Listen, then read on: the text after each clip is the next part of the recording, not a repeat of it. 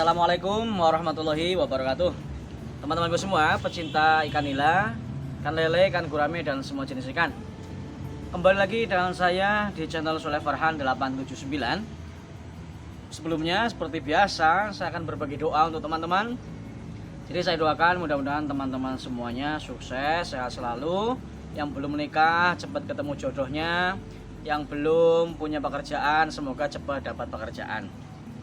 Jadi teman-temanku semua, pecinta ikan nila khususnya, dan ini juga untuk semua jenis ikan ya sebetulnya. Hari ini saya akan berbagi satu di antara banyak jenis obat tradisional.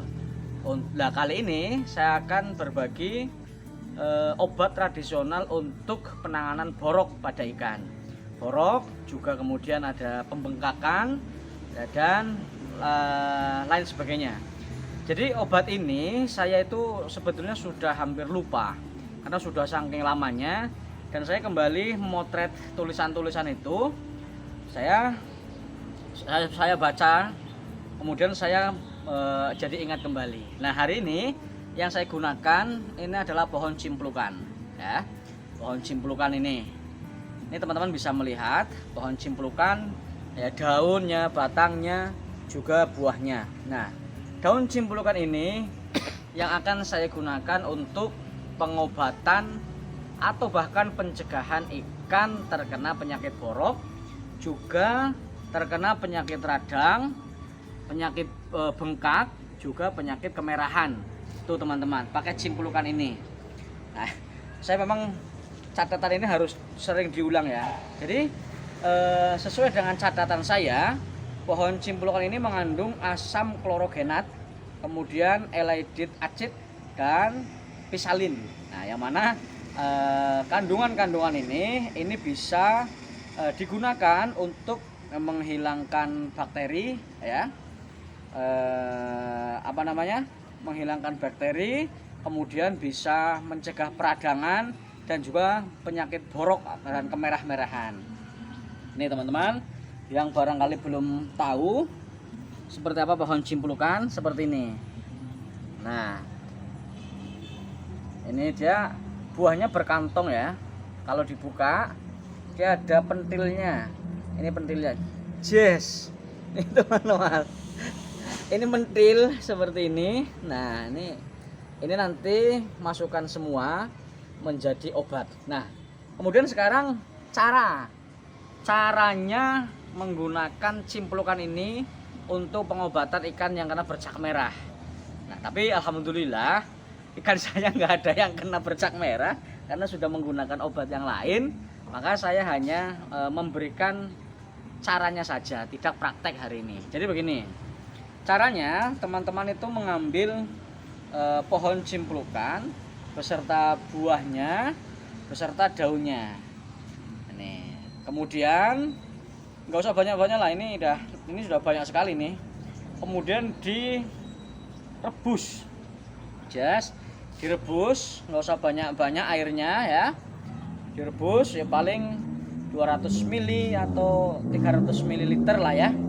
Itu direbus. Nah, kemudian setelah direbus kurang lebih ya berapa menit lah, kira-kira larutannya nutrisinya udah keluar ya. Mungkin 10 menit atau 15 menit paling lama. Nanti biarkan dingin, kemudian diambil airnya, disaring, diambil airnya. Nah, air ini yang digunakan untuk pengobatan. Caranya, air rendaman cimplukan ini yang sudah dingin dimasukkan dalam ember ya. Tambahkan air lah, bisa tambahkan air. Nanti kalau ada ikan yang sakit, entah nila, entah lele, entah apapun, ambil, rendam di situ ya, kurang lebih kalau bisa ya sampai sehari lah, nggak masalah, itu nggak jadi racun. Ini sehari lah mungkin ya. Nanti dimasukkan ke air lagi, tapi dipisah dulu. Begitu kira-kira sampai sekali, 2 kali, 3 kali. Pakai air itu terus, nanti insya Allah ikan itu akan sembuh. Nah, kalau misalkan teman-teman punya banyak ya, bisalah larutan bekas penggodogan cimplukan itu bisa langsung ditebar di kolam. Tapi biar lebih efektif ya teman-teman itu siapkan aja di ember kecil lah, misalkan di ember, isi air sedikit saja, nggak usah banyak-banyak. Ikan yang sakit, yang bengkak, yang merah, yang jamuran ambil, rendam di situ. Jadi itu teman-teman, insya Allah bisa menjadi obat. Nah sebetulnya yang bisa dijadikan obat itu sangat banyak sekali teman-teman. Nah lain waktu saya akan membagikan macam-macam obat tradisional ya yang bisa digunakan untuk pengobatan ikan, tidak khusus ikan nila saja, semua jenis ikan. Seperti halnya ya yang sering ada di lingkungan kita, yang dulu sudah saya pernah share itu kayak pohon ketapang ya, pohon bunga kamboja, getah kamboja sebetulnya. Kemudian daun kelor, daun jowar ya. Nah yang belum saya bagikan itu besok akan saya bagikan beserta caranya. Misalkan rumput teki, ini rumput teki bisa teman-teman. Kemudian bawang putih ini bisa. Kemudian kunyit bisa digunakan. Bahkan merica itu juga bisa digunakan untuk obat. Terus daun yang kecil-kecil bawahnya tadi, mahkota dewa juga bisa digunakan sebagai obat alami, dan masih banyak lainnya. Nah jadi teman-teman harus semangat, cari tahu terus, nanti akan ketemu triknya sendiri-sendiri. Ini saya hanya berbagi, mudah-mudahan bermanfaat, mudah-mudahan bisa menjadi solusi lah, sedikit solusi bagi teman-teman yang barangkali sampai sekarang masih kebingungan ikannya itu sering kena penyakit bercak merah. Pace ya, dulu juga bisa pace. Berapa menit nih? Kemudian masih juga banyak yang bisa digunakan. Selain daripada itu, kenapa sering saya menekankan memakai obat-obatan tradisional? Satu, itu gampang dicari. Nomor 2, itu irit. Ini irit bisa digunakan berulang-ulang ya, karena bahannya itu sering ada di dapur, jadi teman-teman cukup ngambil punya istri di dapur, nanti bisa digunakan. Garam dapur juga bisa. Nah, terus daun pepaya juga bisa, getah, lumbu atau sente itu juga bisa digunakan. Banyak sekali yang bisa digunakan. Yang empan jangkrik itu krokot. Nah rumput krokot juga bisa digunakan menjadi obat.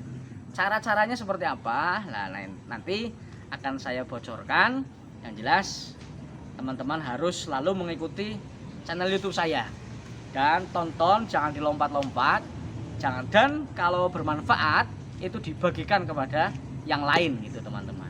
Kalau sudah dipraktekkan tapi gagal, ya itu namanya ya barangkali belum rezekinya, gitu saja. Karena beberapa orang mempraktekkan juga sukses, juga berhasil ya teman-teman. Jadi sekali lagi saya ulang untuk penutupan, caranya seperti itu. Direbus ya, direbus, kemudian diambil airnya. Rebusnya nggak usah pakai banyak air, diambil airnya, disaring, kemudian campurkan dengan air lagi di ember. Itu digunakan untuk perendaman, Kalau misalkan daunnya ini sudah kering ya teman-teman, ini kan basah nih. Kalau daunnya sudah kering itu bisa lebih sedikit lagi. Nah, karena memang bukan lebih sedikit, tapi dia kan bobotnya lebih ringan ya. Artinya mungkin timbangannya mungkin 30 gram misalkan. 15 gram, kalau misalkan yang ini 30 gram, itu 15 gram, jadi seperti itu kalau yang kering. Barangkali ini saja ya teman-teman, mudah-mudahan bermanfaat. Tetap semangat, jangan gampang menyerah, jangan gampang emosi, jangan gampang terbawa berita-berita yang tidak benar. Pokoknya tetap semangat, kuatkan hati, kuatkan tekad, mudah-mudahan kita semuanya sukses. Terima kasih, salam berbagi cerita, berbagi pengalaman, dan berbagi rezeki. Salam sukses, assalamualaikum warahmatullahi wabarakatuh.